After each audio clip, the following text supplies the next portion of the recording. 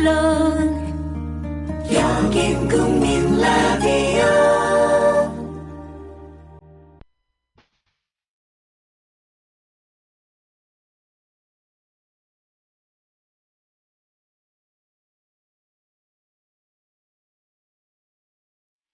정치평론가 이강윤의 오늘.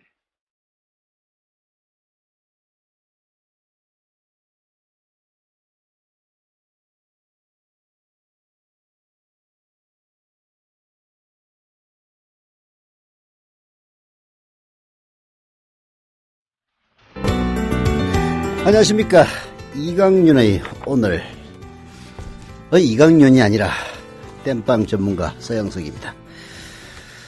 아이스 버킷 리스 챌린지란 말 들어보셨을 겁니다.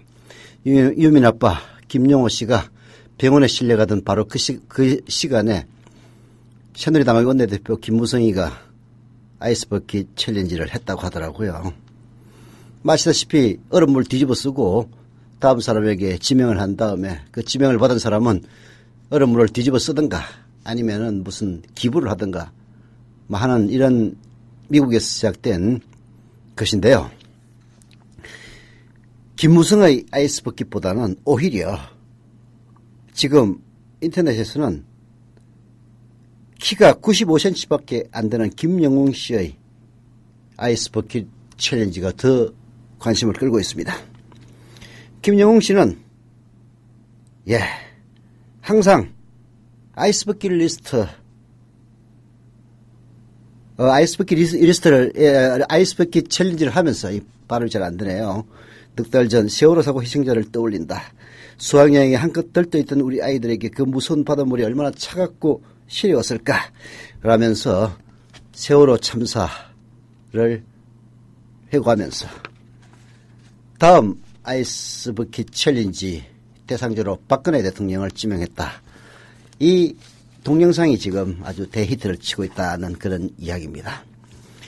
지금 보수 언론들은 세월호 피로감 운운하면서 온갖 슬래버를 들고 있지만은 저는 김용우 씨의 이런 호소야말로 진정한 민심이 아닌가 생각이 듭니다. 광고 듣고 오겠습니다. 회식 후에 고고 안전하게 고고 집에 갈 땐 고고 회식 후에 안전하게 집에 갈 땐 고고 대리운전. 말로 거는 대리운전 고고 대리운전 1636 누르고 고고 대리운전. 네네, 고고 대리운전입니다. 이젠 누르지 말고 말로 걸자고요. 말로 거는 대리운전 고고 대리운전. 엄마, 소나돼지는 안 돼요. 말하는 전화 문의는 1636 누르고 말하는 전화라고 말해주세요. 고고 대리운전 수익금의 일부는 국민TV에 후원됩니다. 정부에선 빚내서 집 사라는데 사야 할지 말아야 할지 모르겠어요. 사회생활 하려면 경제 지식이 필수인데 어디서 마땅히 배울 데도 없고. 뉴스를 봐도 뭔 소리인지 한 개도 모르겠고 누가 좀 속 시원히 알려줬으면 좋겠습니다. 아직도 신문이나 주간지를 통해 정보를 얻으시나요? 이제 보다 정확하고 심도 있는 실시간 현실 경제 정보를 받아보실 수 있습니다. 대한민국 대표 민간 싱크탱크 김광수 경제연구소. 김광수 경제연구소의 경제시평으로 현실을 꿰뚫어 보십시오. 가입 문의는 031-908-0172. 검색창에 김광수 경제연구소를 검색하세요. 기업 회원들을 위한 경제 보고서도 있습니다. 네, 이강윤의 오늘 아시겠지만은 각각의 재미있는 코너로 진행됩니다. 제일 먼저 국민TV 뉴스의 안원필 기자의 뉴스 브리핑이 있고요. 이어서 뉴스K 황준호 PD의 미리 듣는 뉴스K, 이어서 한국일보 양정대 기자의 정가산책, 그리고 프레시안의 윤재석 기획위원의 국제뉴스 비껴보기로 이어집니다. 계속 본방 사수해 주시기를 부탁드리고요. 지금 마침 국민TV 홈페이지를 보니까 현재 조합원 수가 27,233명이고 86,993자입니다. 7자만 더하면 87,000자가 되는데요. 이 시간대 7자가 더 정자되기를 바라면서 청취자 여러분, 질문하고 싶은 사항 있으면 게시판에 올려주시기를 부탁을 드립니다. 또 하나의 공정 언론, 국민TV 뉴스. 한국의 오프라인 뉴스, 온라인 여론, 국민TV 뉴스에 접속하시면 한눈에 만나실 수 있습니다. 또 하나의 진짜 언론, 국민TV 뉴스. 뉴스.국민.tv, 미디어 협동조합 국민라디오, 국민TV의 자매 인터넷 신문, 국민TV 뉴스에 지금 접속하세요.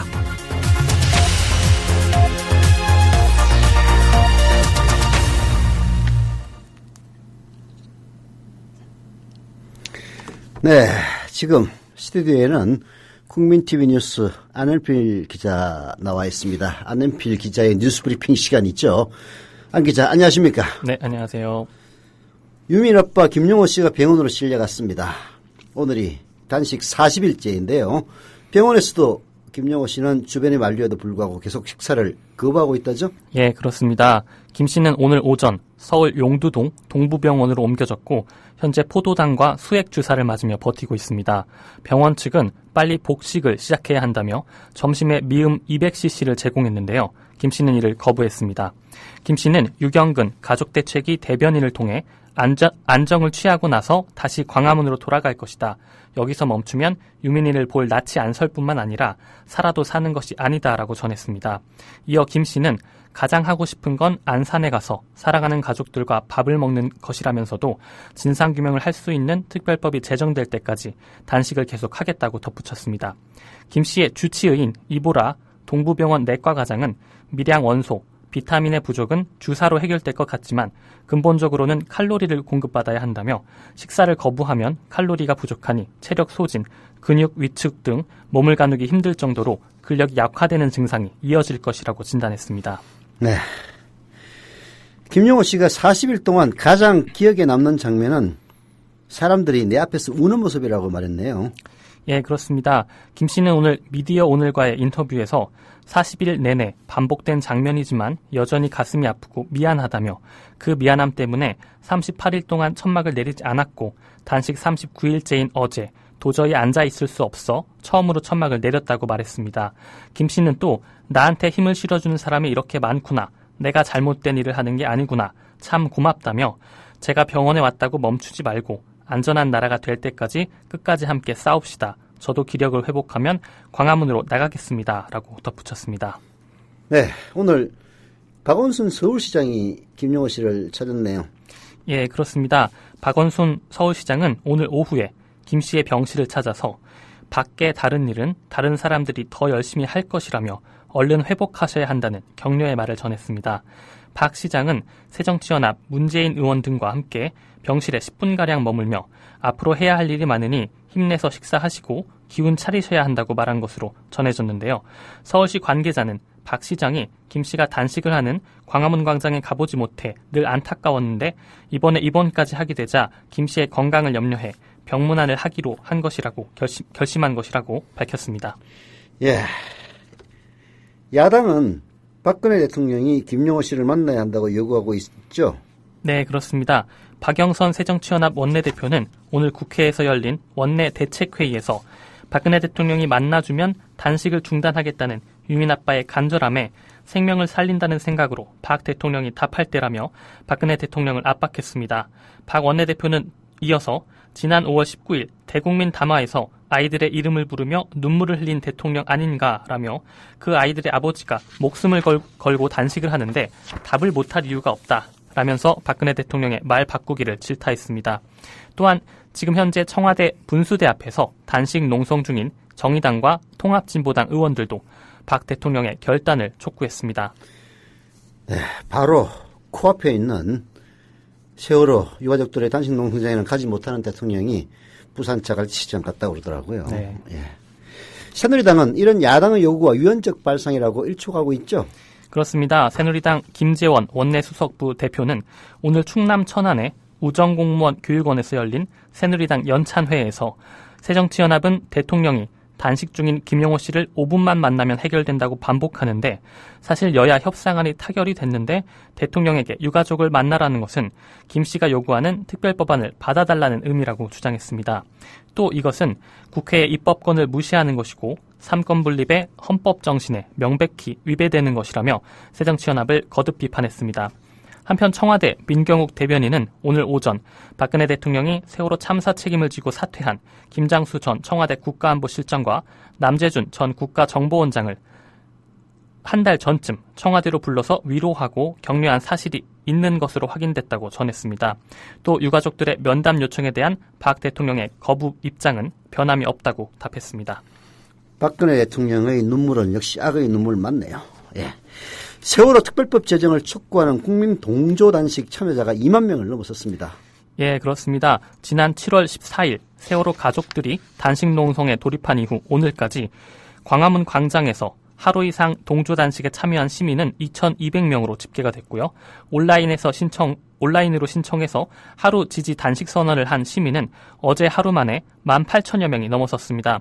세월호 참사 국민대책회의는 어제부터 40일째 단식을 이어가고 있는 김용호 씨와 함께하고 대신해서 단식하겠다는 온라인 세월호 특별법 동조 단식에 어제 오후 5시부터 오늘 오후 3시까지 약 18,000여 명의 시민들이 참여했다며 이같이 밝혔습니다. 대책회의는 세월호 특별법 동조 단식은 직장과 학교, 집 등 각자의 자리에서 하루 지지 단식을 선언하는 것이라며 수많은 시민들이 수사권, 기소권이 보장된 특별법 제정을 한 목소리로 촉구하고 있다고 강조했습니다. 더 자세한 내용은 세월호 참사 국민대책회의 홈페이지 세월호 416.org에 더 자세히 나와 있습니다. 예, 18,000명 갖고 되겠습니까?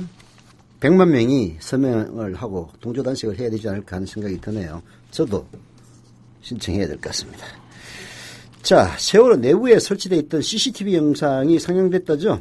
예, 그렇습니다. 광주지법 목포지원은 오늘 세월호 실종자, 희생자 가족과 변호인 등 20여 명이 참석한 가운데 복원된 DVR 영상을 상영했습니다.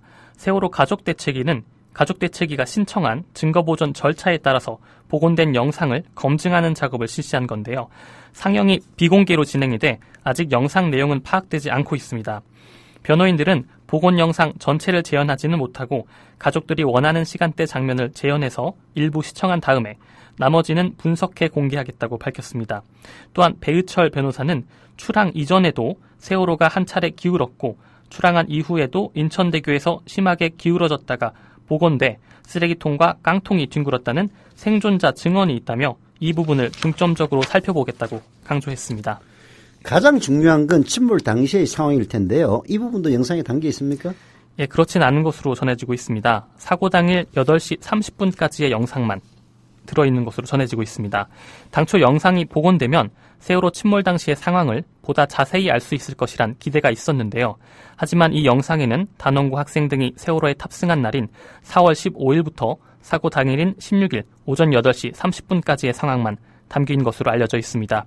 아직 정확한 이유는 알 수 없지만 정기적인 요인으로 인해서 녹화 자체가 되지 않은 것으로 전해지고 있습니다. 참 미스터리하네요. 어떻게 8시 30분 이후의 상황이 녹화가 안 되니까 결국은 온갖 음모론이 나오는 게 아닌가 하는 생각까지 듭니다. 네. 세월호 침몰의 책임을 면하기 위해서 청해진 해운 직원들이 조직적으로 대응했다는 증언도 나왔다던데요? 예, 그렇습니다. 청해진 해운 물류팀 직원인 구모 씨가 오늘 광주지법에서 열린 재판에서 물류팀을 총괄하는 남모 부장이 해경 조사를 받고 나오자마자 물류팀 직원 4명이 있는 자리에서 내가 모르쇠로 이야기했으니 너희들도 그렇게 이야기하라 라고 했다는 말을 전했습니다. 구 씨는 또 지난 4월 18일 남부장의 지시로 각종 운항 관련 서류를 치운 사실도 인정했고 고박업체인 우련통운에 책임을 넘기자고 남부장이 말했느냐라는 질문에 아무런 답을 하지 못하고 한숨을 내쉬기도 했습니다. 예, 국민 10명 중에 4명이 우리 사회가 안전하지 않다라고 생각하는 것으로 나타났다는데요. 네, 안전행정부가 오늘 발표한 상반기 국민안전 체감도 조사에서 응답자의 39%가 우리 사회는 안전하지 않다고 답해 우리 사회를 불안해하는 응답이 지난해 하반기 29%보다 10%포인트 가까이 증가했다고 밝혔습니다. 우리 사회가 안전하다고 답한 응답은 24%로 지난해 하반기 28%보다 4%포인트 정도 하락했습니다. 특히 세월호 참사가 터진 4월과 5월 조사에서는 안전하다는 응답이 18%에서 16%로 떨어졌고 안전하지 않다는 답은 48%에서 54%로 증가했습니다. 총리실 산하에 정부 업무평가위원회라는 게 있는데요. 정작 총리는 단 한 번도 참석하지 않은 것으로 드러났죠? 예, 그렇습니다. 국회 정무위원회 소속 통합진보당 이상규 의원에 따르면 박근혜 정부 출범 이후 정부 업무평가위원회는 모두 23차례 열렸는데요. 공동위원장인 정홍원 총리를 비롯해 기획재정부와 안전행정부 장관, 국무조정실장의 회의 참석률은 0%였습니다. 특히 지난 2월 3일 국가재난관리 체계 강화, 과제를 심의, 의결하기 위한 회의 역시 정족수 미달로 서면으로 대체되는 일이 있었는데요. 이때 당시에 위원회는 국가재난관리 체계 강화에 대해서 우수 평가를 내린 적이 있습니다. 이상규 의원은 정부 업무평가위원회가 정부위원이 참석하지 않고 국가재난관리 체계에 최고 점수를 내리는 등 정부의 부실 행정과 무책임한 태도는 세월호 사고의 근본 원인이라며 비판했습니다. 참 한심한 정부네요. 아이고. 자, 다음으로 넘어가서 김수창 전 제주지검장이 자신의 길거리 음란 행동을 인정하고 사과했습니다. 국가수의 CCTV 분석 결과가 나온 뒤에 밝힌 내용이죠? 네, 그렇습니다. 김수창 전 지검장이 길거리 음란 행동 혐의에 대해서 모두 인정하며 국민께 죄송하다고 밝혔습니다. 김수창 전 지검장의 변호인인 문성윤 변호사는 오늘 기자회견을 열고 김 전 지검장이 본인의 정신적 문제를 전문가와 상의해 적극적으로 치료하겠다고 말했다라고 전했습니다. 김 전 지검장은 지난 12일 밤 11시 반쯤 제주시 모 여자고등학교 인근 길거리에서 5차례에 걸쳐 음란 행위를 한 혐의를 받고 있습니다. 김 전 지검장은 현행범으로 체포된 당시 경찰 조사에서 동생의 이름과 주민번호를 대며 신분을 숨기려고도 했고요. 또 그동안 자신의 혐의를 계속 부인해왔습니다. 예, 경기도 연천 육군부대에서 후임병을 폭행한 병사 2명이 구속됐다죠? 네, 그렇습니다. 육군은 경기도 연천 모 부대에서 근무하는 21살 장모상병과 21살 민모상병을 폭행과 가혹행위 등의 혐의로 구속했다고 밝혔습니다. 장상병과 민상병은 최근 6개월 동안 후임병 5명의 팔꿈치와 허벅지 등을 일주일에 서너 차례 때린 혐의를 받고 있습니다. 장상병 등은 또 유선 전화기에 후임병의 군번줄을 연결해 전기를 흐르게 하는 등의 가혹행위를 한 혐의도 받고 있습니다. 해당 부대는 지난 8일 특별 인권교육을 한 뒤 자체 설문조사를 통해서 이 같은 사실을 적발했습니다. 이건 뭐 전기고문을 했다는 얘기네요. 예, 그렇습니다. 유선 전화기에 군번줄을 연결시켜서 전기를 흐르게 한다. 이건 완전 전기고문입니다. 네. 아들 가진 부모들 걱정 많이 되겠습니다. 자, 향판이라는 비판을 받아온 지역법관제도 10년 만에 폐지되죠? 예, 그렇습니다. 기존 지역법관제는 법관이 허가만 받으면 기간과 상관없이 계속 한 권역에 근무할 수 있었습니다. 하지만 지난 4월 허재호 전 대주그룹 회장의 이른바 황제노역 판결 이후에 문제점이 부각됐고 이에 대법원이 폐지를 결정한 겁니다. 대법원은 오늘 지역법관 제도에 대한 국민의 불신이 있고 법관 설문조사에서도 지역법관제 폐지나 개선이 필요하다는 의견이 많아 현행 제도를 폐지하기로 했다고 밝혔습니다. 내년 초 정기 인사 때부터 적용되는 이 개선안은 모든 법관에 대해 서울과 지방 구분 없이 전보 인사를 실시하도록 하는 내용을 담고 있습니다. 또 특정 권역에서 근무하고 싶어하는 경우에 신청을 받아 허가를 하지만 7년을 넘길 수 없도록 했고 지방고등법원 부장판사나 법원장으로 보임, 임명이 될 때에는 반드시 다른 권역으로 옮겨 지역 인사와의 유착을 막기로 했습니다. 예. 자, 지금까지 국민TV 뉴스 안한필 기자와 함께했습니다. 네, 수고했습니다. 고맙습니다. 예. 네. 여보, 국민TV 조합비 이제 낼 때가 됐다고 하는구만요. 오, 그래요. 그 국민TV도 개국하고, 그 뉴스케이도 하던지. 달달이 11,000원 내는 거 맞죠? 11,000원만 내지 말고 좀 더 혀. 이 새싹이 돋아날 때는 물을 충분히 줘야 하는겨. 아이, 근데 인터넷으로 하려니까 보통 어려워서 뭔. 공정 언론을 꿈꾸는 미디어 협동조합 조합원이 해야 할 일. 조합비 납입입니다. 매달 고정 납입 어려우신가요? 월요일부터 금요일까지 아침 9시부터 저녁 6시까지 서울 전화 3144-0933, 3144-7737로 전화하세요. 사무국 요원들이 친절하게 안내해드리겠습니다. 서울 전화 3144-0933 또는 3144-7737. 여기는 진짜 언론, 미디어 협동조합입니다.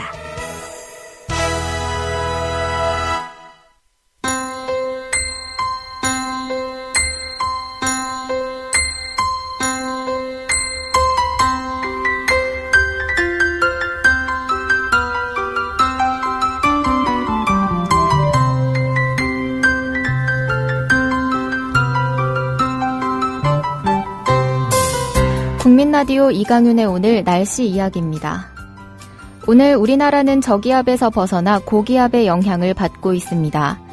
따라서 전국에 구름이 많이 지나고 있고 중부와 경북 내륙 곳곳에서는 대기 불안정으로 늦은 오후까지 소나기가 예보돼 있습니다. 돌풍과 함께 천둥, 번개가 동반되는 곳도 있을 것으로 보여 주의하셔야겠습니다. 오늘 한낮 기온은 서울 28도, 대전 29도, 대구 31도 등으로 대부분 지방이 30도 안팎까지 올라 다소 덥습니다. 주말인 내일은 전국에 구름이 많이 지나겠고 오후에 경기 북부와 강원 북부에는 소나기가 지나겠습니다. 일요일에는 오후 늦게 호남을 시작으로 밤에는 충청 이남 지방에 비가 오기 시작하겠습니다. 다음 주 월요일과 화요일에는 전국 대부분 지방에 비가 올 것으로 보입니다. 바다의 물결은 모든 바다에서 0.5에서 2m까지 일고 있습니다. 오늘 밤부터 내일 아침 사이에는 서해안과 일부 내륙 지역에 안개가 짙게 끼겠습니다. 지금까지 변현주였습니다.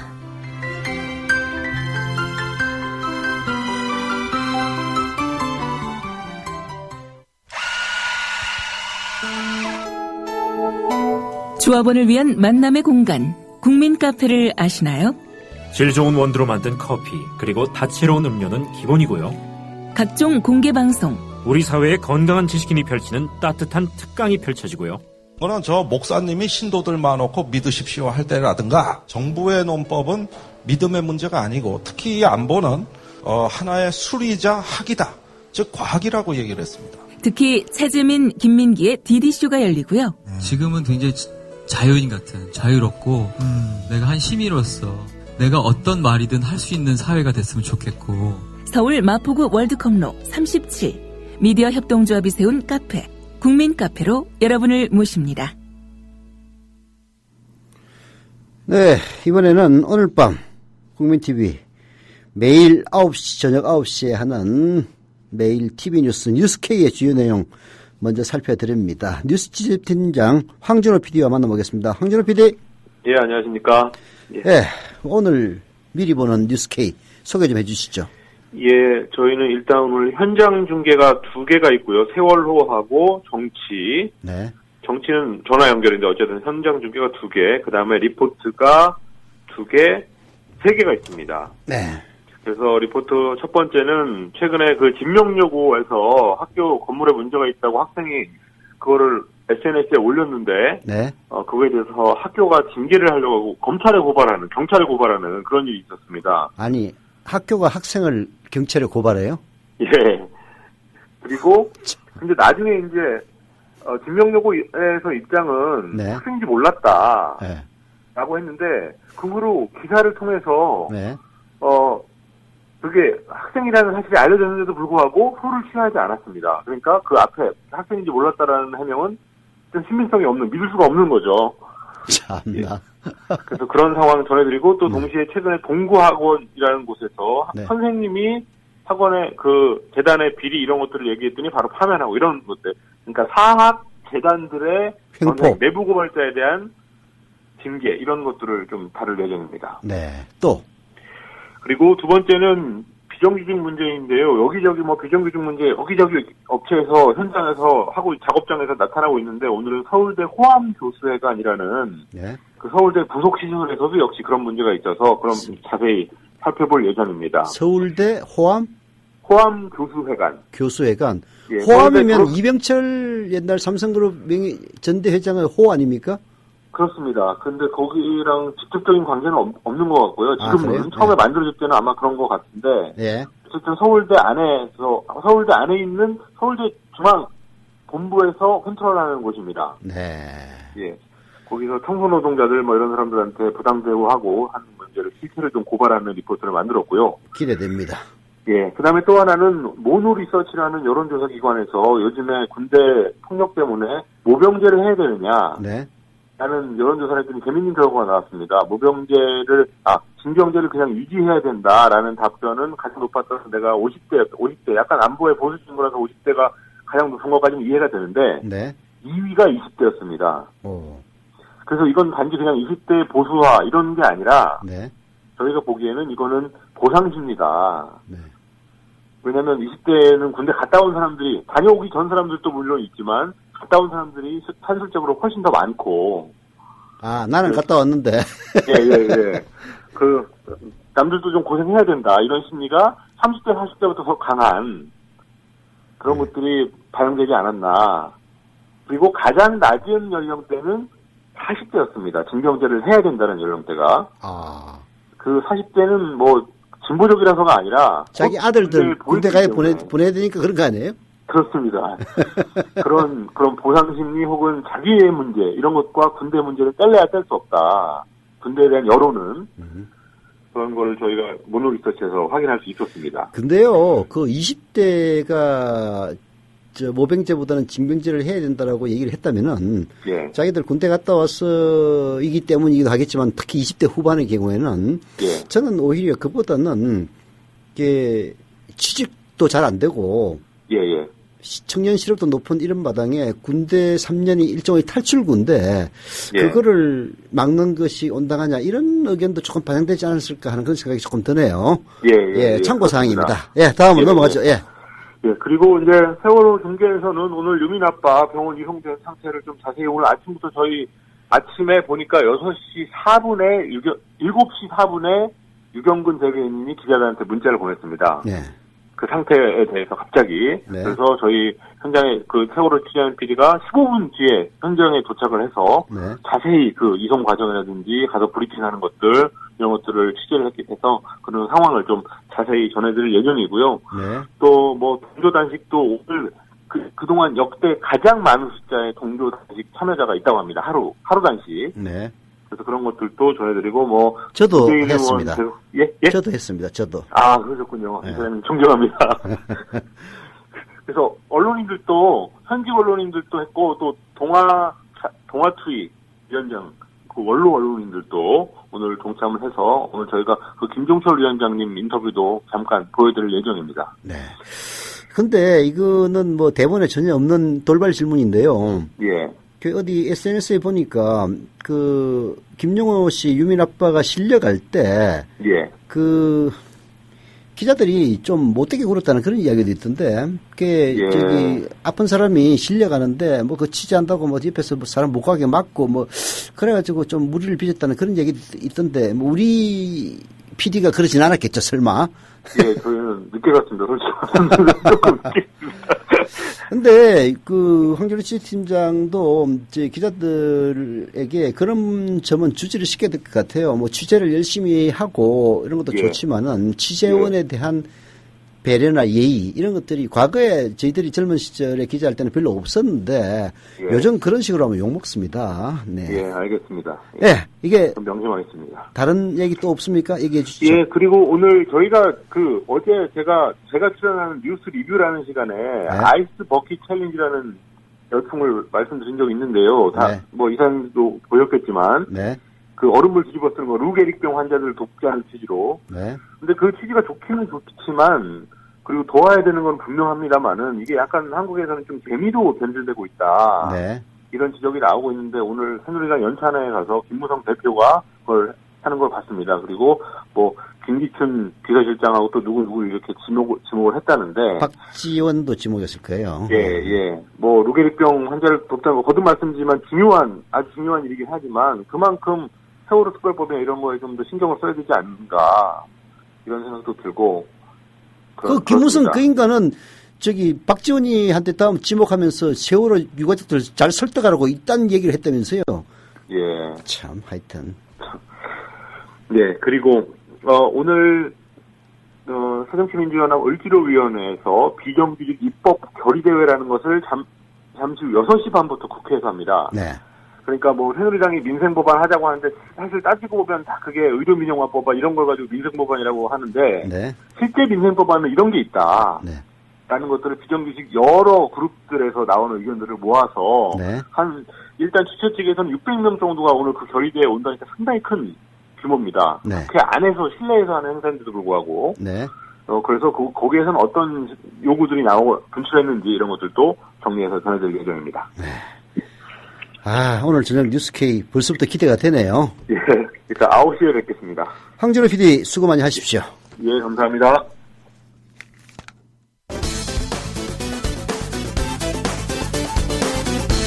새정치민주연합인가, 새누리하청연합인가.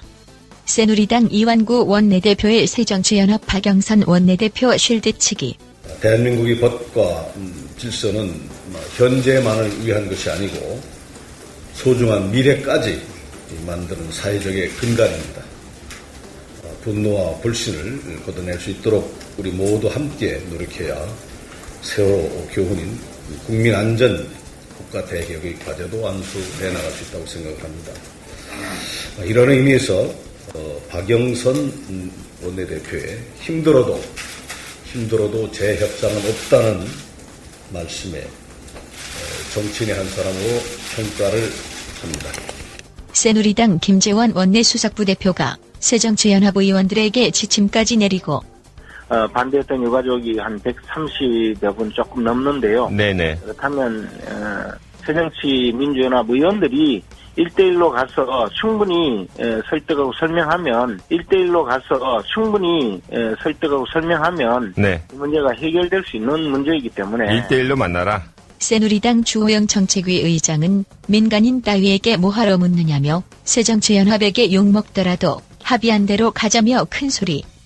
저희들 새누리당 입장에서도 사실 할 만큼 양보를 했고 또 저희들 의원총회에서도 예. 너무 많이 양보했다는 의원들 반발이 적지 않았었거든요. 불만의 목소리가 있었습니까? 협상안에 대해서? 예, 그렇습니다. 원칙을 훼손한 것이다.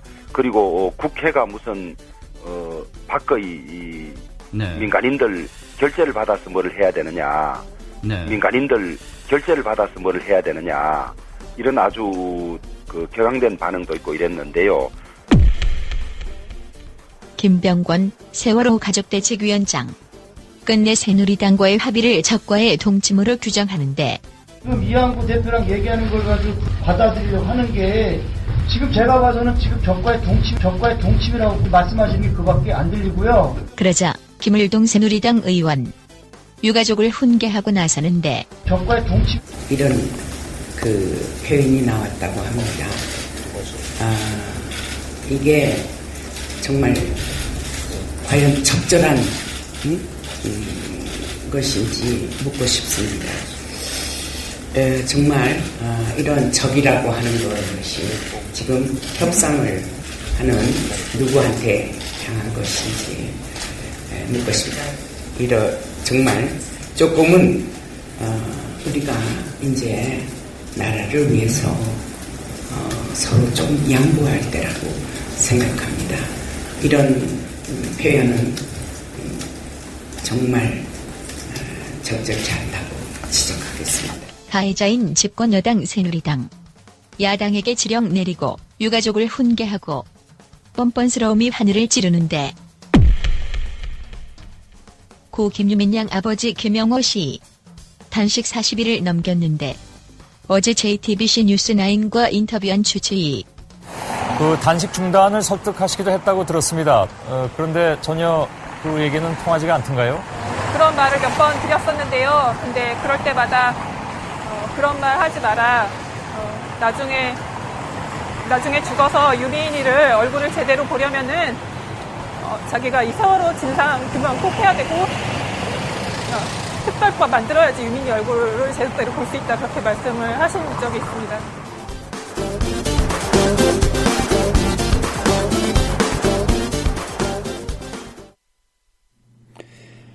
네, 고슴도치 사랑님 그리고 외로운 꽃게님이 각각 1자와 7자를 정자를 하셨다고 올려주셨네요. 감사드립니다. 그러면은 87,001자가 되는데 감사드립니다. 뭐 제가 하도 얘기를 하니까 따로 더 말씀드리진 않겠습니다만은 국민TV 조합원으로 가입하셔서 출자금도 내시고 그리고 매월 10,000원 이상 조합비도 내시면은 훌륭하고 좋은 언론 하나 키워주시는 겁니다. 여러분들이 글을 많이 올려주셨는데요. 이야, 이강윤이 오늘 게시판의 열기가 아주 뜨겁습니다. 여러분들의 질문 중에서 개편에 대한 질문이 많이 있는데요. 개편 내용은 저는 모릅니다. 개편은 그 개편의 실무 책임자들에게 정권을 주고 있고 그것이 확정이 되면은 가안이 확정되면은 이제 보고가 되기 때문에 아직까지 저는 아는 바가 없습니다. 그러나 이 재방송에 대해서만 얘기를 한다면은 뭐 라디오 비평 1시간짜리는 없어지고 그걸 뭐 이상한 거하고 합쳐가지고 2시간으로 늘린다는 그런 소문이 있어가지고 지금 적극적으로 반대하고 있는 중인데 어떻게 될지는 잘 모르겠습니다. 그러나 개편은 뭐 라디오 실무 책임자인 김용민 PD의 천재적인 아이디어가 반영될 것이기 때문에 기대하셔도 될 겁니다. 벨라님이 이런 걸 올려주셨는데요. 한국경제 이 참 거의 문화일보에 버금가는 훌륭한 신문입니다. 훌륭하다는 뜻이 무엇인지 잘 아시죠? 한국경제 환경에서 여야 합의안으로 해야 된다는 표가 많다 라면서 뉴스에 띄었답니다. 이 의도는 알지만은 저렇게 호도당할까 봐서 설문 참여를 부탁드린다면서 환경닷컴의 POLL 여론조사 부분인 것 같은데요. 거기 가서 설문 참여해달라는 그런 부탁이 있었습니다. 가서 좀 많이 해 주십시오. 지금 또 인터넷에서는요. 특히 페이스북에서는 이산이라는 이름을 가진 악마가 지금 굉장히 비난의 대상이 되고 있는데요. 유민이 아빠 보고 당신의 진정성을 증명하기 위해서는 나가 죽어라 뭐 이런 악담을 했다고 합니다. 장하나 의원이 페이스북에서 박근혜 대통령이 세월호 유가족들과의 만남 그리고 유민 아빠 김용호 씨와의 만남을 거절했다는 뉴스를 링크시키면서 박근혜 대통령 당신은 우리 국민의 원수다 라고 쓴 것을 놓고 보수 언론들이 막말 운운하는데요. 막말은 이런 게 바로 막말입니다. 이산이라는 실제 이름은 이용건이라고 하는 뮤지컬 배우라고 그러는데요. 유민 아빠 보고 나가 죽어라. 네 진정성을. 나는 그 인간 아들이나 딸이 세월호에 탑승했다가 안 죽어도 될 목숨을 애끌게 죽었다면 이런 얘기 할 수 있을까 정말 묻고 싶어요. 화납니다. 어떻게 이런 인간들이 멀쩡하게 숨을 쉬고 살아가는 이런 사회에 같이 살고 있다는 것 자체가 쪽팔리고 창피합니다. 인간에 대한 예의, 막말이라는 건 바로 이런 막말이 진짜 막말입니다. 대통령 보고 당신은 국민의 원수다 라는 이건 일종의 그야말로 풍자에 불과합니다. 원수라는 것은 국가 원수라는 뜻도 있지만은 무찌르자 오랑캐 원수도 있습니다. 주기적으로 교묘하게 비틀면서 박근혜 대통령이 유민 아빠와 면담을 거절하는 악의 눈물, 거기에 대해서 국민의 원수라고 한 것을 막말이라고 표현하는 보수 언론들의 수준은 그야말로 막말 악담 수준입니다.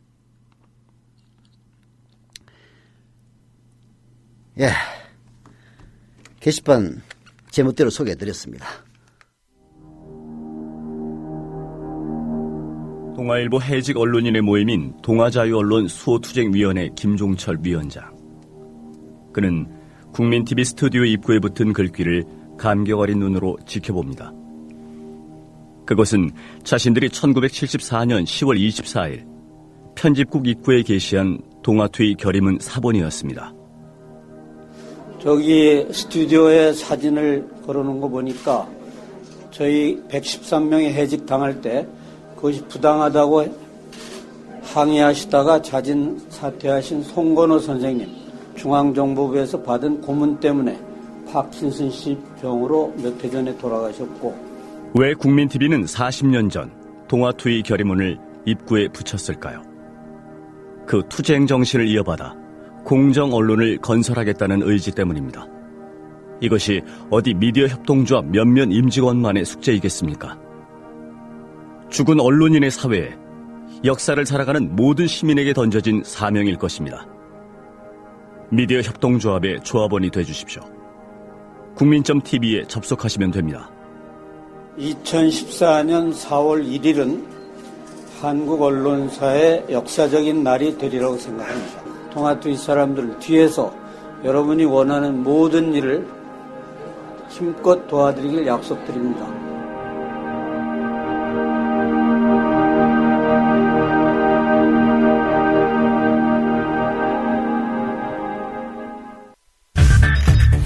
이강인의 오늘, 이제는 정가 산책으로 함께합니다. 정치권 동향 생생하게 풀어드릴 분은요. 네, 말씀하신 대로 정가 산책 시간입니다. 한국일보 양정대 기자 나와 있습니다. 양정대 기자, 안녕하세요. 네, 안녕하세요. 네, 새정치민주연합이 세월호 전국의 해법을 자기 힘으로 안 되니까 사회각계각층 원로들이 중재에 나서는 쪽에서 찾는 듯한 그런 모습을 보이고 있네요. 예, 그렇습니다. 말씀하신 대로 자기 힘으로 안 되는 상황이 이미 이제 상황은 그렇게 흘러가고 있는 거죠. 지금 새정치민주연합이 당장 새누리당의 재협상을 요구할 수도 없는 상황이고, 그렇다고 뭐 자신들의 힘으로 또 유가족들의 동의를 끌어낼 수 있는 그런 상황도 아니고, 이게 이제 전반적으로 지금 세월호 유가족들에 대한 이 국민 일반의 관심 또 호응도 이런 것들이 뭐 여론조사 결과에 따라서 조금씩 다르긴 합니다만, 어쨌든 전체적 유가족들과의 이 교감 속에서 세월호 특별법이 제정되어야 되지 않겠느냐라는 일정한 이제 큰 흐름은 형성돼 있지 않습니까? 네. 더군다나 이게 이제 교황의 방한 이후에 사실은 좀 그 같은 관심이 좀 식어가는 듯 하다가 이제 다시 조금 불이 지펴진 그런 양상인데, 이러다 보니까 새정치민주연합에서는 자체 동력을 통해서 사실 이 정부 여당의 입장 변화, 태도 변화를 끌어내기는 굉장히 어려운 상황이고, 그러다 보니까 말씀하신 대로 좀 박영선 원내대표를 비롯한 당의 주요 인사들이 각계각층 인사들을 만나면서 사실 좀 사회 전반적으로 이 문제를 좀 공감대 속에서 끌어갈 수 있도록 좀 분위기 조성을 당부하는 이런 지금 상황이고요. 이렇게 해서 이제 이게 단순히 뭐 진보 개혁 세력의 사회 원로들뿐만 아니고 이 보수 진영의 사회 원로들까지 이 만나가면서 좀 그들 사이에서 이 정치권에 대해서 좀 뭐랄까요, 이 제안을 하는 이런 형식을 좀 만들려고 노력을 하고 있는 것 같습니다. 새정치민주연합이 만나는 이른바 사회각계각층의 원로들 이름들이 나오고 있습니까? 뭐 구체적으로 아직 이름들이 거명되는 단계는 아닌 것 같고요. 대체로 이제 진보개혁 진영 같은 경우는 뭐 다들 아시는 함세웅 신부, 또 김상금 목사, 또 백낙청 명예교수 이런 분들을 지금 박영선 원내대표가 쭉 만나가고 있다고 하고요. 그리고 이제 보수 진영 쪽에서는 박세일 교수, 또 임명진 목사 이런 분들의 얘기가 나오고 있는데 아직은 구체적으로 이제 이분들이 좀 회동을 통해서 좀 의견을 좀 모아가는 그런 공론의 장이 만들어져야 될 텐데 그 부분까지는 아직 뭐 구체적으로 진전되지는 않고 있는 것 같은데, 다만 이게 이제 겉으로 그러니까 형식적으로 드러나는 모습이 마치 새정치민주연합이 자기 힘으로 안 되니까, 그러니까 실상은 그렇다 치더라도 자기 힘으로 안 되니까 외부에 이런저런 요청을 해서 그분들이 그 요청에 응답하는 형식이 되면 이건 또 다른 논란의 소지가 있어서 사실은 좀 굉장히 신중하고 조심스러운 것 같습니다. 그런데 이제 그것과는 또 다르게 실제로 그런 원로분들 사이에서 좀 그 의견들을 좀 모아나가야 되지 않겠느냐. 그러니까 나라 전체가 지금 어려운 상황에 있고, 그런데 이 세월호 특별법 부분에 대해서는 어쨌든 4월 16일 참사 전후로 이 대한민국의 전반적인 사회 시스템 이런 것들에 대해서 좀 성찰이 필요하고, 이거를 정말로 이번에 좀 제대로 하기 위해서는 유가족들의 의견들이 충분히 반영된 특별법이 그 첫걸음이 되어야 한다. 이런 정도의 공감대를 가진 분들의 모임, 이런 것들이 좀 준비되고 있다. 이런 얘기들은 지금 계속 나오고 있습니다. 결국은 박근혜 대통령의 결단을 촉구하는 그런 형식의 사회 언론들의 모임이 되겠네요. 이제 결과적으로 보면 사실은 박근혜 대통령의 결단을 촉구하는 그런 모양새일 수 있겠지만, 어쨌든 지금으로서는 법을 만드는, 그러니까 어쨌든 이제 입법부에서 국회 차원에서 법을 제정하는 그런 단계라면 당연히 여야가 다시 머리를 맞대고, 대신 이번에 머리를 맞댈 때는 이전까지 이제 두 차례 여야 원내대표 간의 합의에 있어서는 사실은 좀 어떻게 보면 그러니까 어떤 내용이 어떻게 논의되는지에 대해서 사실 드러나지 않았고, 이전에 아주 일상적인 정국 교착 상황을 풀어갈 때의 모습처럼 사실은 좀 뭐랄까 이렇게 비밀스러운, 그러니까 양당 원내대표의 결단을 통해서 전국 해법이 마련되는 듯한 그런 모양새를 반복한 것 아니겠습니까? 네. 그런데 이제 이번 같은 경우는 그렇게 하지 말고 투명하게 여와 야가 어떤 생각들을 가지고 있고, 또 유가족들의 의견은 어떤 것이고, 그래서 이 의견들이 충분히 유가족들의 공감 속에서 여야가 좀 투명하고 좀 공개적으로 이 국민의 공론을 모아가고 대변하는 그런 형식의 좀 협상을 해야 되지 않겠느냐. 이제 전반적인 큰 흐름은 이렇게 갈 것 같고요. 그렇게 되면 사실 결과적으로 보면 지금 여당의 운신의 폭이 그렇게 크진 않기 때문에 결국은 박근혜 대통령과 청와대가 이제 어느 정도 수준까지 동의를 하느냐, 이게 관건이 될 거는 분명한 사실인 것 같습니다. 지금 사실 그 세월호 참사 해법의 책임을 져야 될 부분을 따진다면 오히려 여당의 몫이 훨씬 크지만은 새정치민주연합보다 새누리당이 오히려 룰루랄라 하는 그런 행세인데요. 네네. 새누리당의 분위기는 어떻습니까? 일단 새누리당은 공식적으로 오늘 지금 의원 연찬회를 하는 자리에서도 그런 얘기가 좀 나오고 있다고 하는데요. 전반적으로 새누리당은 재협상은 없다. 그러니까 다시 여야가 협상을 하는 일은 없을 거다. 이게 공식적인 입장입니다. 현재까지는. 그리고 이제 거기에 대해서는 사실 박영선 원내대표가 여러 가지 상황 판단을 통해서 한 얘기겠지만 박영선 원내대표도 지금 다시 협상을 할 수는 없다. 이렇게 지금 못을 받고 있지 않습니까?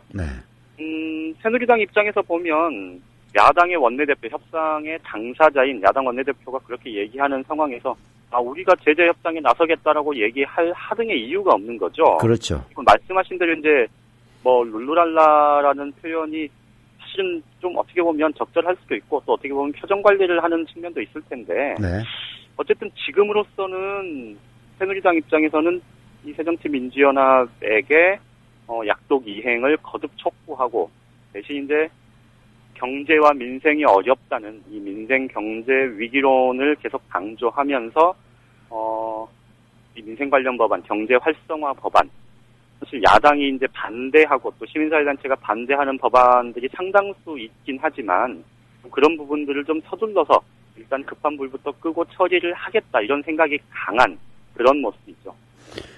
민생 활성화 법안이라는 게 병원 민영화라든지 그런 것이라면서요? 일단 경제 활성화 법안의 핵심들은 이미 몇 차례 이제 보도도 됐고, 또 청와대가 공식적으로 새누리당의 19개 법안의 처리를 요청을 했고, 새누리당의 나성민 정책위수석 부의장이 19개 법안, 그 법안들에 대해서 새정치민주연합 쪽에 조속한 처리를 이제 공개적으로 촉구를 한 바가 있죠. 말씀하신 대로 일부 이제 상당수 법안들이 이 부동산 경기의 활성화, 그리고 의료 서비스의 선진화라고 표현은 돼 있는데, 어쨌든 이게 이제 야당이 그동안에 비판해 왔었던 의료 민영화와 관련된 법안도 들어있죠. 네. 그러다 보니 사실은 이들 법안 하나하나가 사실은 국회 차원에서 좀 제대로 논의되고 검토되어서 충분히 좀 공론화 과정을 거치면서 처리가 되어야 할 법안들인데 네. 사실은 지금 얘기를 들어보면 어떻게 보니까 공중전 차원에서 청와대에서 요청을 하고 또 박근혜 대통령이 수차례 강조를 하고 새누리당에서 공식 회의석상에서 민생법안 빨리 처리하자 이렇게 얘기는 하면서 정작 실제로 각 상임위원회별로 혹은 이제 해당 부처에 관련 법안이 있는 해당 부처의 장차관들이 야당 쪽에 직접적으로 법안 처리를 적극적으로 요청하는 경우는 거의 없는 상태라고 합니다. 네. 그러니까 그동안에 이제 세월호 특별법 논의 때문에 이것이 이제 전국의 핵심에 있어서 사실은 좀 물리적으로 어려운 측면도 있었겠지만 어쨌든 법안과 관련해서 얘기는 많이 하면서도 정작 새누리당이나 정부 쪽에서 그 법안 처리를 위해서 적극적으로 노력을 하는 모습이 많지는 않았다고 하는데 이게 결국은 지금 이제 새누리당 쪽에서 분리국감 다음 주 화요일부터 예정돼 있는 이 국정감사를 예정대로 해야 된다 이런 주장들을 하는 걸 보면 네. 어쨌든 이번 기회를 통해서 부담스러운 법안들 여론의 힘을 빌어서 빨리 처리를 굉장히 많이 압박하겠다. 지금 현재까지 이제 이렇게 좀 방향을 잡고 있다고 봐야 될 것 같습니다. 네. 경제를 살리기 위한 법안에 누가 반대하겠습니까? 그러나 경제를 살린다는 명분 하에서 사실은 경제를 죽이는 서민들을 오히려 더 죽이는 그런 법안들이 통과돼서는 안 되겠죠. 야당이 예. 세월호 특별법도 특별법이지만은 이런 민생 법안을 위장한 법안을 가려내는데도 신경을 써야 될 것 같은 느낌이 듭니다. 다시 김용호 유민 아빠의 단식과 관련된 사항으로 넘어가겠는데요. 이게 지금 김용호 유민 아빠 모습들을 보면은 사실 여당 입장에서도 상당히 부담이 있을 것 같은데요. 그럼에도 불구하고 이렇게 강경한 모드를 유지하는 것은 결국은 특검이나 혹은 진상조사위원회 수사권이 부여될 경우에 청와대를 직접 겨냥할 것이다. 이런 걱정 때문이겠죠? 네, 그 걱정이 굉장히 큰 것 같습니다. 실제로 새누리당 쪽 사람들을 만나서 얘기를 좀 들어보면요. 네. 대통령의 세월호 참사 당일 7시간 행정 문제와 관련해서 사실은 조금 이제 논란이 커진 게 김기춘 청와대 비서실장이 그 질문에 대해서 나도 모른다라고 이제 대답을 한 이후에 사실은 그럼 진짜 이게 뭔 일이 있었던 거냐? 나는 이제 세간의 호기심까지 이제 더해지면서 사실은 대통령이 그날 도대체 뭘 했길래 이 세월호 참사 와중에 대면 보고 한 번 안 받고 이 회의 한 번 개최하지 않았었던 거냐 이제 이런 의문들이 굉장히 커진 것 아닙니까? 그렇죠. 그런데 그것이 사실은 야당 쪽에서 적극적으로 이를 이제 쟁점화하면서 사실은 새누리당이나 청와대 쪽에서는 결국은 이 진상조사위원회 활동이 이제 당시의 상황을 구체적으로 어떻게 정부가 이 대책을 세우고 준비했느냐, 또 상황 파악을 어떻게 했느냐, 이 문제의 핵심이 결국은 청와대에서 어떤 일이 있었느냐로 집중될 수밖에 없을 것 같다는 그런 위기감이 굉장히 커졌다고 합니다. 그래서 새누리당 사람들 만나보면요, 실제로 야당 쪽에서 이 문제를 적극적으로 제기하는 순간 사실은 청와대에서 이 세월호 특별법을 바라보는 그 시각 자체를 교정하기가 굉장히 힘들어졌다. 그래서 청와대의 의중이 굉장히 강고해졌고 이것 때문에 새누리당이 사실 협상장에서 이 운신을 넓히기가 굉장히 어려워졌다. 이렇게 지금 이구동성으로 얘기를 하거든요. 네. 그거는 결국은 엊그제 이제 얼마 전에 이 새누리당 국정조사 특집간사인 조원지 의원이 청와대에서 서면 답변을 받았다면서 박근혜 대통령이 21차례 이 대면 서면 보고를 받았다. 뭐 이런 걸 이제 공개를 하지 않았습니까? 네. 그런데 결국은 이 문제가 이 박근혜 대통령의 일거수일투족을 뭐 다 뭐 이렇게 드러내자는 거냐 이렇게 뭐 얘기를 하고 있는 거지만 결국은 이 진상조사위원회의 활동 그리고 이제 특검 같은 경우는 사실 이제 검찰의 수사권이라는 측면에서 보면 네. 사실 이제 명백한 위법사항이 있을 경우에 이제 문제를 삼는 거기 때문에 조금은 뭐 양상이 다를 수 있겠습니다만 어쨌든 전반적으로 특검의 활동 야당의 혹은 진상조사 유가족의 의중에 따라서 동의하는 특검이 이제 수사를 벌일 경우 또 진상조사위원회가 사실상의 수사권을 갖게 될 경우 결국은 이게 정치적인 쟁점화되는 그리고 박근혜 대통령을 정면으로 겨냥하는 그런 양상으로 진행될 수밖에 없다는 우려가 굉장히 큰 게 사실입니다. 따라서 앞으로 이제 지금 이 문제를 뭐 사회적 공론화를 통해서 이 중재를 통해서 이제 여야 그리고 거기에 이제 플러스해서 유가족들의 의견이 반영되는 그런 논의 테이블이 다시 만들어진다면 사실은 야당이나 그런 유가족들 속에서도 이것이 박근혜 대통령의 개인의 행보를 겨냥한 게 아니라는 점에 대해서 조금 직간접적인 방식으로 그 부분에 대한 우려를 좀 씻어주는 것도 하나의 해법을 찾아가는 하나의 단계일 수 있지 않을까 그런 얘기들이 정치권에서 나오기 시작합니다. 아무리 그래도 도둑이 재발 저리는 걸 막을 길은 없을 것 아닙니까? 네네, 그렇죠. 그러니까 결국 보면 사실은 지금 이제 박근혜 대통령이 4월 16일로부터 벌써 지금 뭐 100일이 훨씬 지난 시점이고 네.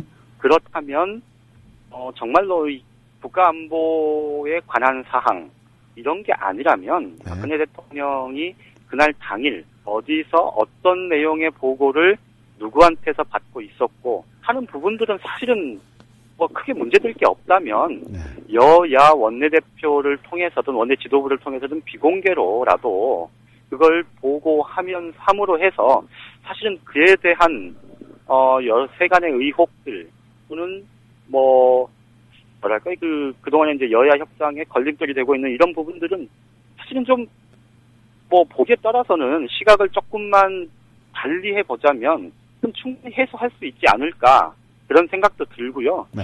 그래서 뭐 그 부분은 말씀하신 대로 도둑이 재발절인 부분만 없다면 또 크게 문제될 것 같지는 않다. 뭐 이렇게 볼 수도 있을 것 같습니다.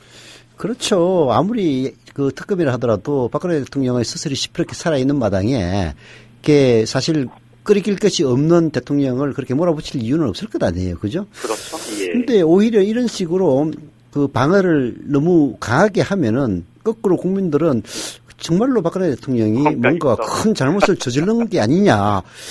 그런 마음은 안 드는 것 같아요. 참 답답하기 짝이 없습니다. 자, 양정대 기자, 뭐 다른 거 또 덧붙일 만한 이야기 있으면 좀 얘기해 주시죠. 이제 새정치민주연합이 다음 주면 네. 아마 지금 비상대책위원회 이제 국민공감혁신위원회 명칭이 그렇게 돼 있죠. 네. 다음 주면 아마 이제 그 면면이 면면을 선보일 수 있을 거다. 어제 이제 조정식 사무총장이 그렇게 얘기를 했는데 네.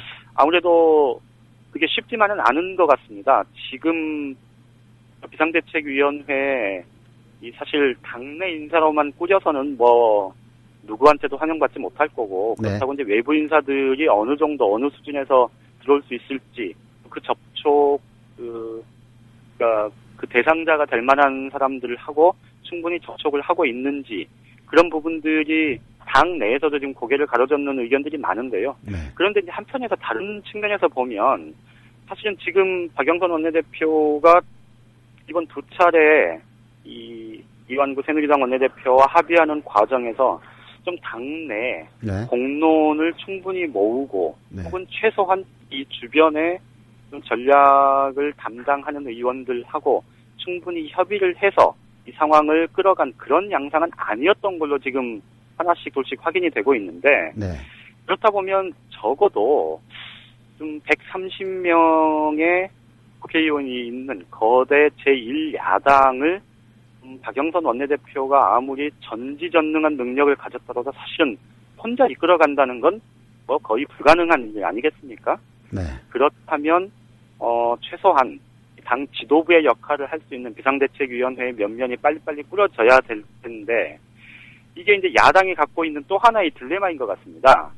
그런데 문제는 말씀드렸듯이 지금 사회 각계각층의 원로들 인사들이 이제 중재를 제안하는 그런 형식을 밟으려면 다음 주 정도에나 이제 구체적인 면면이 드러날 텐데 그런데 사실 비상대책위원회에 참여할 이 외부 인사의 면면도 사실은 거기서 크게 다르지 않을 거다.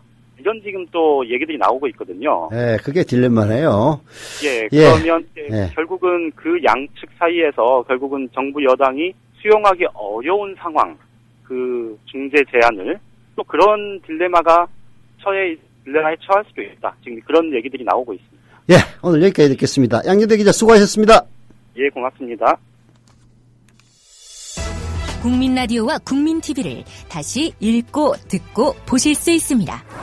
대한민국 공정언론의 산실, 미디어 협동조합이 만든 인터넷 신문. 기자들이 현장에서 보내온 생생한 속보, 전문가들의 깊이 있는 분석.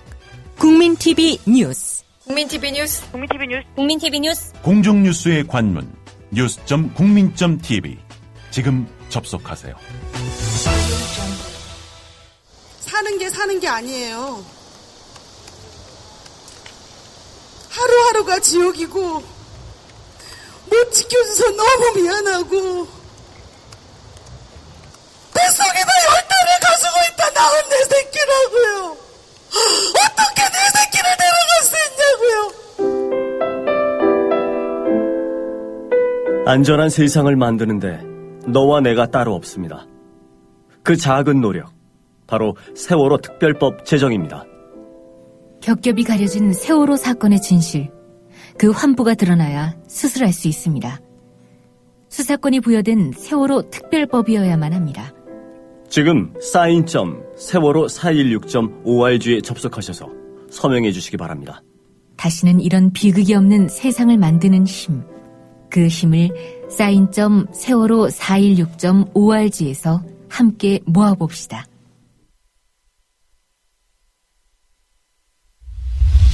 지금 여러분께서는 정치평론가 이강윤이 진행하는 이강윤의 오늘을 듣고 계십니다. 이강윤의 오늘은 팟캐스트 포털 팟빵에서 다시 들으실 수 있습니다. 의견과 건의가 있으시면 게시판에 남겨주세요.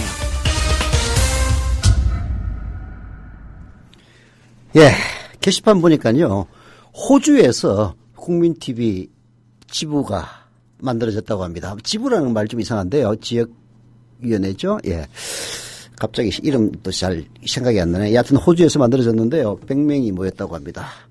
반갑습니다. 왜 호주를 언급하느냐. 오늘 윤재석 위원님 나오셔서 국제뉴스 말씀하실 시간이거든요. 안녕하십니까? 예, 안녕하십니까? 오랜만입니다. 예, 악수 한번 하죠. 저희들이 지금부터 10년 전인가요? 20년 전인가? 10여 년 전이구나. 같은 방에서. 같은 방에 예, 국민일보 심의위원으로 같이 근무한 적이 있습니다. 물 먹어가지고. 예. 저는 이제 원래 그 제2사회부장으로 있다가 정치부장으로 가야 되는데 물 먹어가지고 심의위원. 아니 정치부장으로 누가 보낸다고 그랬어요? 뭐 아니 원래 이제 된다고. 코스가 이제 그렇게 되는 거죠. 나중에 결국 가지 않았습니까? 모르죠. 3개월인가 하다가 뭐 또. 사표 냈죠. 예. 거기에는 뭐 여러 가지 사연이 있습니다만은 그걸 얘기하자는 건 아니고. 아니 진행자가 지금 뭐 이거 뭐 진행을 안 하고 사변적인 발언을 자꾸 하십니까? 그래? 먼저 꺼냈습니다. 자, 오늘 우리 윤재석 위원님과 얘기할 주제 첫 번째 딱 보니까 그 지난번 비껴먹기 때 우려하셨던 순위파의 강경 정파 이슬람 국가의 형태가 날이 갈수록 태산이다 이런 이야기였는데요. 네. 오늘 들은 소식 있습니까? 예, 오늘 BBC, 저는 항상 BBC부터 이제 보니까요. BBC. 예, BBC 보도에 따르면요. 예. 못하는 영어 좀 하겠습니다. U.S. Defense Secretary Chuck Hagel says Islamic State clearly poses a long-term threat. 라고 발언했는데 이건 뭐냐 아시겠지만 강경정파 이슬람 국가가 미국의 고질적인 위협으로 자리매김했다라는 얘기입니다. 실제로 이슬라믹 스테이트 밀리턴트죠. 이 이슬람 국가라는 그 반군 단체는 미국에 있어서 최근 들어서 가장 위협적인 존재로 부상했다는 게 워싱턴 정가의 공통된 의견입니다. 그 사실 뭐 국가라는 측면에서 미국을 위협할 나라는 별로 없는 것 같은데요. 오히려 테러 이런 것 때문에 위협입니까? 아니 국가라는 이름일 뿐이지 이게 국가가 아니고 하나의 그 반군 단체인데 예를 들면 하마스처럼 반군 단체인데 이름을 자기네들이 감히 국가라고 한 것은 이슬라믹 스테이트. 지난번에 그 이강윤 진행자한테는 제가 설명을 드렸는데 이 사람들의 어떤 그 바운더리를 어디까지를 보고 있냐면요. 중동 에어리어 전체 그리고 인도의 무굴 제국 에어리어 그러니까 파키스탄까지 그리고 북아프리카, 동북아프리카까지를 다 자기네들의 번역으로 삼겠다. 그게 최종 목표라고 합니다. 그러니까 이슬라믹 스테이트라고 하는 거예요. 스스로. 옛날 그 오스만 터키 제국을 제외하겠다는 아주 거창한 목표를. 맞는 말씀입니다. 예. 어제 신문 보니까요. 미국 기자의 참 말하기 어렵습니다. 힘듭니다만 참수, 목을 자르는 그런 장면이 공개되기도 했는데요. 저는 이 광경을 보면서 무슨 생각이 나냐면요. 그 기억하실 거예요. 2004년도에 김선일 선교사가 참수됐지 않습니까? 그거에 못지않은 정말 비참한 상황이었죠. 비운의 주인공은요. 미국인 프리랜서 기자 제임스 라이트 폴인데 이 폴리 기자의 그 부모님이 나와서 기자회견하는 장면 보니까 정말 눈물이 나더라고요. 이슬람 국가 어제 이 그 사회 소통망에 SNS죠. 미국에 보내는 메시지라는 제목으로 폴리 참수 영상을 올려서 많은 사람들을 충격에 빠뜨렸습니다. 뭐 지구촌 전체가 들썩거렸죠. 4분짜리 영상인데요. 오바마 대통령이 미국의 이슬람 국가 공습을 승인하는 장면으로 시작해서 폴리가 진짜 살인자는 미국 지도자들이라고 외치면서 살해되는 장면까지 담겨 있습니다. 이건 물론 주문을 그렇게 했겠죠. 참, 이거 참 정말 아무리 이슬람 국가를 건설하겠다고 재건하겠다고 한다 하더라도 이게 인도적인 측면에서 있을 수 없는 일인데 이 폴리 기자는요. 미국의 글로벌 포스트라는 신문 등 미디어에다가 시리아의 현지 상황 등을 전한 그 프리랜서 기자로 2년 전에 실종된 상태였습니다. 그러다가 갑자기 느닷없이 나타나서는 참수가 되는 거죠. 그 2년 동안 붙들려 있었다는 얘기네요. 그렇죠. 그러니까 그 신산스러운 사람이 오죽했겠습니까?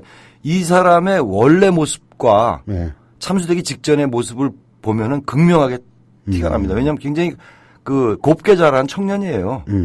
곱게 자란 청년이 2년 동안 그 온갖 고생을 억류되고 있으면서 얼마나 그 찌든 삶을 살았을까 하는 그런 생각이 드는데 폴리는 계속해서 이제 자신의 가족들 그리고 형제들에게 미국의 이라크 공습을 중단시켜달라 이렇게 호소하는 내용의 메시지를 읽어서 읽은 후에 그 옆에 있던 검은 복면의 남성이 흉기로 이 얘기를 하기 힘든데 하여튼 뭐 목을 뺐습니다. 목을 뺐습니다. 참 정말로 처참하고 있어서는 안 될 일이 벌어진 거죠. 그러나 원인 제공을 일부는 미국이 한 거죠. 솔직히 얘기해서. 그렇죠. 미국의 그 패권주의 때문이라고 팍스 아메리카나 얘기하는 사람들도 많이 있고 뭐 사실도 그런 측면도 있죠. 기자들이 참 순환을 받는 시대네요. 뭐 국내는 안 그렇습니까? 그렇습니다. 국내는 아직까지 뭐 이런 야만적인 일까지는 당하지는 않습니다만은 벌금이라는 이 처형을 당합니다. 아니 그거 이외에 이 업무 강도 면에서 지금 진행자도 보세요. 업무 강도가 너무 세지 않습니까? 이사장이라는 분이 다른 프로그램 진행하랴. 또 이거 진행자 어디 휴가 갔는지 뭔지 모르지만 또 여기 나와서 하랴. 돈을 아끼려니까 방법이 없습니다. 제가 지금 펀드레이징을 열심히 하고 있습니다. 제가 감사합니다. 표 가지고 다니면서 계속 하는데 제가 이 다음 주에 한 10장은 미니멈 해보겠습니다. 감사드립니다. 윤재석 위원에게 우리 전부 다 박수로 보내주시고요. 댓글로 격려해 주시기를 부탁을 드립니다. 아까 이슬람 국가, 이슬라믹 스테이트 밀리턴트죠? 예, 맞습니다. 이 이름 IS라고 보통 표현하던데. 그렇죠, IS. 여기에 대해서 좀 설명 좀 해주시죠. 이거 지난번에도 설명한 건데 또 해야 되네. 진행자가 바뀌니까. 일주일이면은 세상에 그냥 두 번 뒤집어 남습니다. 계속 설명하셔야 돼요. 알았습니다. 시리아와 이라크 접경을 중심으로 활동하는 그 수니파니까 시아파보다는 역시 극단적인 세력이죠. 더 과격한. 극단주의 무장단체인데요. 이라크의 시아파 정부에 대한 수니파의 불만 그리고 시리아 내전을 기화로 이 세력을 확대해 가고 있는 그 정파입니다. 원래 명칭은요 좀 깁니다. 이라크 레번트 이슬람 국가 ISIL이었는데 이거를 지난 6월에 아부 바르크 알 바그다디라는 친구가 43살밖에 안 됐는데 최고 지도자 칼리프로 추대되면서 간단한 이름으로 IS로 개명을 했는데요. 뭐 칼리프라고 하는 거 보니까 진짜로 벌써, 뭐 오스만 터키를 재현하겠다는 오스만 투르크죠. 오스만 투르크. 예. 이야. 이라크 북부를 장악하면서 여기 아르빌 쪽 우리 저 자이툰 부대가 있던 데죠. 여기를 장악하면서 기독교와 소수 종파 주민들을 마구 살해하는 등 아주 잔인한 면모를 보이고 있는 그래서 급기야 이 기자까지 살해하는 이런 조직인데요. 원래 알카에다의 그 연계 조직, 그 연대 조직이었는데 이 극렬성 때문에 그리고 또 주도권 다툼 때문에 알카에다에서도 퇴출했을 정도니까 엄청난 극렬주의자라고 보면 됩니다. 자, 그 IS 이슬람 국가가 미국인 프리랜서 기자 제임스 폴리를 참수하기 일주일 전부터 그 가족들에게 메일을 보냈는데 그 충격적인 내용이 공개됐다면서요? 그렇습니다. 이 폴리의 기사를 실어왔던 그 글로벌 포스트는요, 오늘 IS의 범행 동기와 전략을 이해하는 데 도움이 될 것이라면서 지난 12일 그러니까 열흘 전이죠. 열흘 전에 IS가 폴리 가족에게 보낸 이메일 내용을 공개했습니다. 양들은 언제까지 눈이 먼 목자를 따를 것인가. 누가 양이고 눈이 먼 목자가 누군지는 대충 감이 잡히실 겁니다만 그 이메일 밑에 또 설명을 했습니다. 미국 정부와 양 같은 미국민에게 보내는 메시지. 미국 정부를 눈이 먼 목자 그리고 미국민을 양에게 비유한 것이죠. 이것도 굉장히 교묘하고 교활한 수법이긴 합니다만은. 교활하네요.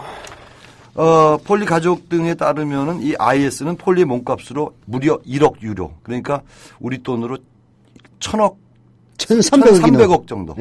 엄청난 돈이죠. 그러니까 감당할 수 없는 요구를 하면서 참수를 하겠다는 뜻이에요. 이거를 미국 정부와 글로벌 포스트 가족들에게 요구했던 것으로 전해지고 있는데 미국이 이제 다시 이라크로 돌아와 폭격을 하고 있다. 이번에는 공습과 대리인에 의존하면서 겁쟁이처럼 전면전을 피하고 있다. 이렇게 이제 비난을 했습니다. 아, 직접 안 하고 대리인들을 통해서 한다. 뭐 그런 식으로 비난하는 모양이네요. 자, 그러면은 미국이 또다시 이라크의 늪에 빠지는 게 아니냐 하는 그런 걱정도 나오고 있다는데. 자. 이렇게 되면은 부시 행정부에서 늪에 빠졌었단 말입니다. 그리고 사실 아프가니스탄 전쟁에서도 역시 늪에 빠졌지 않습니까? 그러니까 지금 계속 늪에 빠지는 그 상황이 벌어질 수밖에 없는 거죠. 미국이 늪에 빠지는 거야 뭐 상관이 없습니다만은 그로 인해서 선량한 사람들이 고생하고 신음한다면 그 또한 참 바라는 일이 아니죠. 그렇죠. 자, 이 너무 참 무시무시하고 어둡고 슬픈 얘기를 접했으니까 좀 밝은 얘기로 넘어가 보시죠. 그러시죠, 뭐. 뭐 많이 보셨을 거예요. 세계에 불어닥친 얼음물 뒤집어쓰기. 이거 참 열풍이 대단합니다. 근데 얼음물 뒤집어쓰기 열풍이 오히려 오바마 미국 대통령한테는 찬물을 끼얹었다는 얘기를 좀 드리면은. 오바마 대통령은 거절했다면서요? 완전하게 거절한 건 아니라고 할 수 있죠. 제가 설명을 좀 드리면은. 오늘자 보스턴 헤럴드 등 미국 언론 보도인데요. 오바마 대통령은 그 루게릭 환자 돕기 운동, 기금 모금 운동인 얼음물 샤워, 아이스 버킷 챌린지 참여를 사양했다고 이제 박약관이 밝혔는데 거절한 건 아닙니다. 사양한 겁니다. 얼음 둘렀지나 몇이나 뭐 안 한다는 얘기죠, 뭐. 근데 이제 돈은 냈거든요, 결론적으로. 돈은 냈는데 조금 더 설명을 드리자면 얼음물 뒤집어 쓰기는 한 사람이 얼음물을 뒤집어 쓰는 이벤트를 벌인 뒤에 3명을 지목하면 24시간 안에 3명도 또 얼음물을 뒤집어 쓰거나 아니면 루게릭병 환자 돕기 성금 $100를 내야 합니다. 마치 그건 무슨 편지입니까? 그 행운의 편지. 행운의 편지 같은 거네. 근데 행운의 편지는 나쁜 거지만 이건 좋은 거죠. 그 대개 지목된 사람은 얼음물을 뒤집어 쓰는 장면을 동영상으로 찍어서 또 이 SNS에 올리고 그리고 또 성금도 냅니다. 대개. 했으니까 성금 안 내겠다 이러진 않거든요. 근데 미국에서 시작됐지만 우리나라에서도 뭐 엄청나게 지금 뭐 하고 있지 않습니까? 보셨죠? 그런데 이래서 이제 그 정치인을 비롯해서 기업인, 연예인, 운동선수 등 많은 인사들이 이제 얼음물을 뒤집어 쓰고 돈을 내는데 조인성이도 했더만요, 보니까. 이게 계속 돼가지고요. 저기 12월 1월 달에도 좀 했으면 좋겠어요. 그럴 때 새누리당 의원들 몽땅 했으면 좋겠습니다. 그 진행자도 그런 거 좋아하시잖아요. 그때 한번 해보십시오. 저야 상관이 없죠. 네, 원래 좋아하는 거니까. 네. 근데 오바마 대통령이 이제 사양을 했지만 돈은 냈어요. 네. 근데 사실 좀 비겁한 거 아닙니까? 다른 사람들은 얼음물 뒤집어 쓰기 하고 돈을 내는데 이 사람은 사양하고 돈만 냈다는 거죠. 그걸로 퉁치려고 그러는 건데. 그게 조금 그런 면에서는 비겁한 거 아닌가? 비겁하다기보다는요. 제가 얼핏 누구한테 얘기를 들었는데 그게 예. 이제 그런 행위를 하는 것이 미국 공무원으로서 온당하냐 그런 문제 때문에 안 했다 그러더라고요. 아니 글쎄 그렇긴 한데 네. 그러면서 뭐 휴가 가서 골프는 냅다 치면서 그거는 미국 공무원으로서 고위 공무원으로서 온당한 건지 한번 또 따져봐야 되는 거 아닙니까? 그렇죠. 지금 뭐 따지자면은 뭐 말이 많겠죠. 지금 뭡니까 퍼거슨 시에서 또 뭐 그냥 난리가 났고 이라크에서 자국국 기자가 참수를 당하고 이런 상황인데. 근데 골프 쳤다고 욕을 먹고 있는데 그 미국 대통령은 이게 분 단위로 다 일정이 공개가 되니까 그런 일이. 아니 글쎄 저도 지난 시간에도 말씀드렸지만 대통령일수록 휴가는 제대로 챙겨 먹어야 됩니다. 그리고 우리 박근혜 대통령도 휴가를 챙기셔야 됩니다. 아니, 뭐 휴가 챙기는 건 좋은데. 문제는 이제 일정 공개를 안 해요. 세월호 사건 났을 때 7시간 동안 뭐 했느냐. 이거를 아직까지 공개하지 않는 거는 제가 보기엔 그건 부적절한 처신 아닌가. 아니, 그러니까 저는 뭐 박근혜 대통령이 그때 7시간 뭘 했는지 관심도 없지만은 이제 박근혜 대통령은 7시간이 궁금한 게 아니라 사실 대통령의 일정은 이렇게 분 단위로 저는 공개되는 게 맞지 않느냐. 그렇죠. 그래야 그 국민들께 뭐 사생활을 그 권리는 그건 사생활이 아니죠. 왜냐하면 대통령이 되는 순간 이미 사생활은 없는 그리고 거죠. 제가 생각해 박근혜 대통령은 이 부끄러울 게 하나도 없는 분이라고 저는 믿습니다. 왜냐하면 독신이시거든요. 여태까지 살아오신 그 인생 역정을 보더라도 상당히 이분은 건실하게 살아오셨기 때문에. 아이, 저는 그렇게 믿습니다. 그렇게 화근하지 마세요. 아니, 저는 제주지검장이 그럴 일이라고 누가 생각했겠습니까?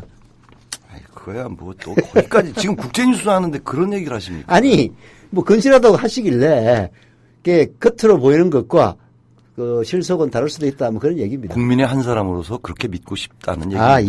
예. 저도 그렇게 믿고 싶습니다. 자, 오바마 돈 냈다는 얘기 계속 해보시죠. 예.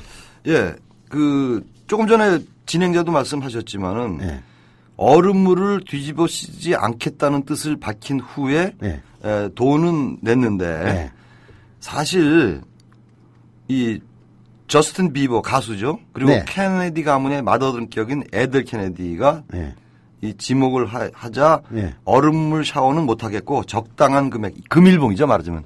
금일봉만 뭐 $100 이상은 냈을 거예요. 아이, 100달러만 냈겠어요.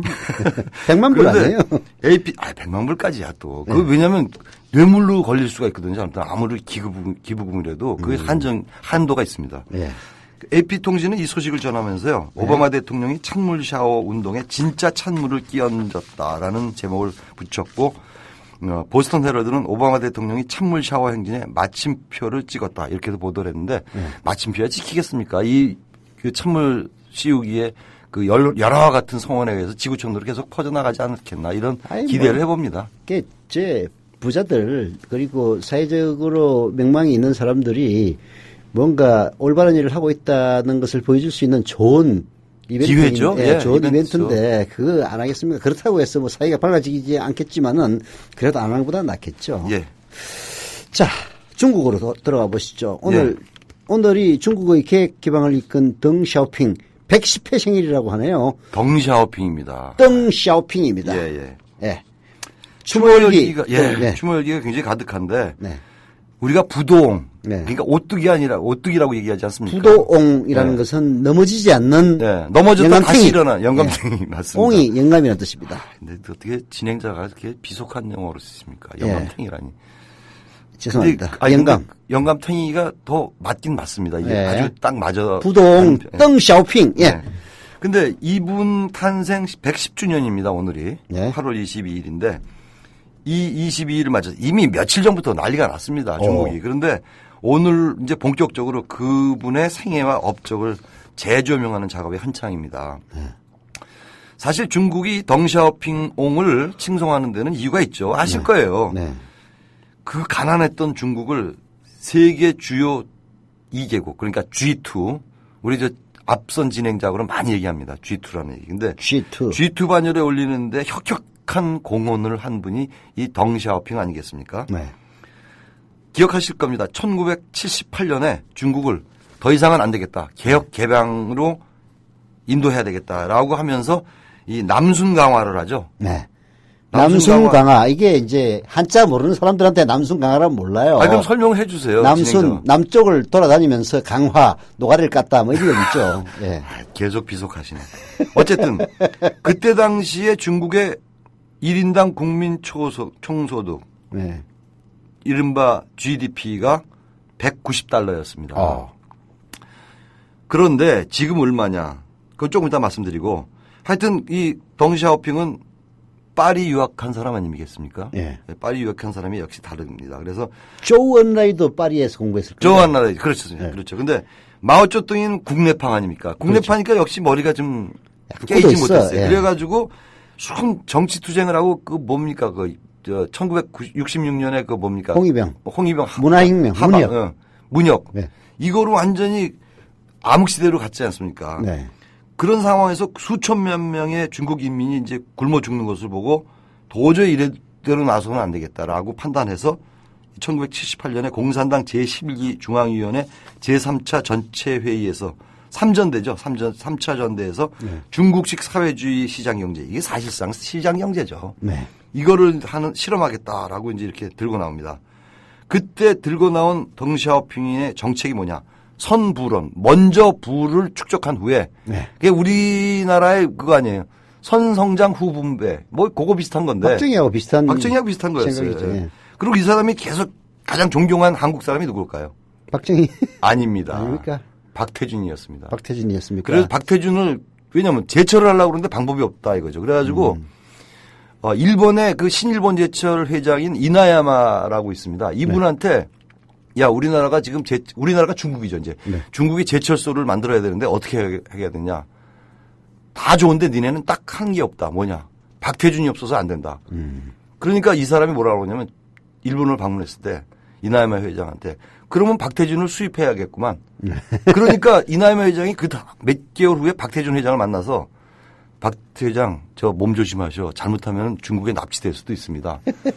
그런 일화가 있는데 나중에 결국 덩샤오핑의 요청에 의해서 박태준 회장이 중국의 제철을 그 산업을 일으키는 특별 자문위원으로 계속 자문을 해줍니다. 그래서 결국 나중에 어떻게 되냐니까 중국이 제철 강국이 돼가지고 우리를 지금 뒤쫓고 있어요.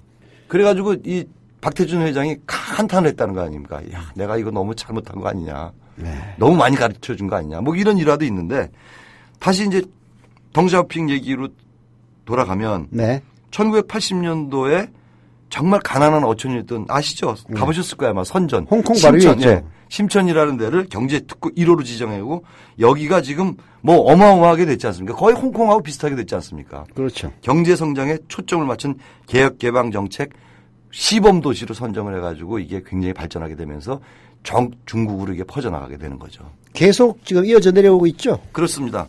그 덩샤오핑의 후임이라고 할 수 있는 장쩌민, 강택민이라고 하죠. 네. 북한에서는 호금도라고 하는 후진타오. 네. 그리고 현재 그 시진핑에 이르기까지 이 덩샤오핑의 개방 개혁 정책 그리고 사회주의식 자본주의는 시장 경제는 계속되고 있는데 그 결과 어떻게 됐느냐? 2012년 통계밖에 아직 안 나와 있는데 1인당 GDP가 5,680달러였습니다. 네. 뭐 190달러짜리가 5,600달러로 올랐으니까 한 400배 되는 거 아닙니까? 거의. 네.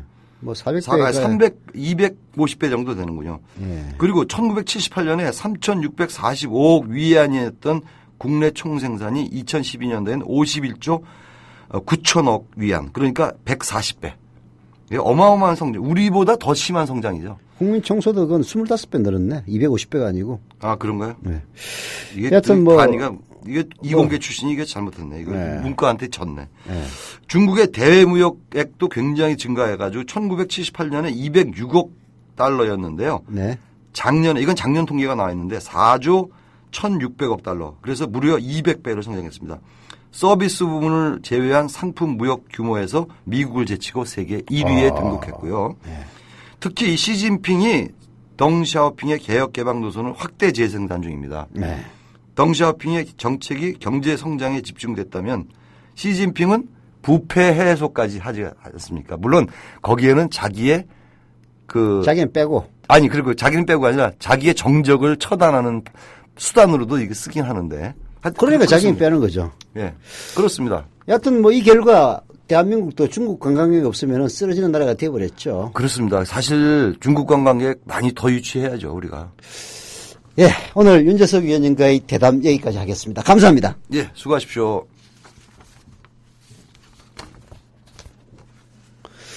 예, 이강윤의 오늘, 제가 땜빵으로, 나와서 1시간 반 진행하다 보니까 훌쩍 시간 다 지나갔네요. 자, 월요일까지 이강윤 선생 쉬시고 화요일부터 나오실 겁니다. 변함없이 이강윤의 오늘 사랑해 주시기를 부탁드리면서 오늘 순서 여기서 마치겠습니다. 여러분 안녕히 계십시오.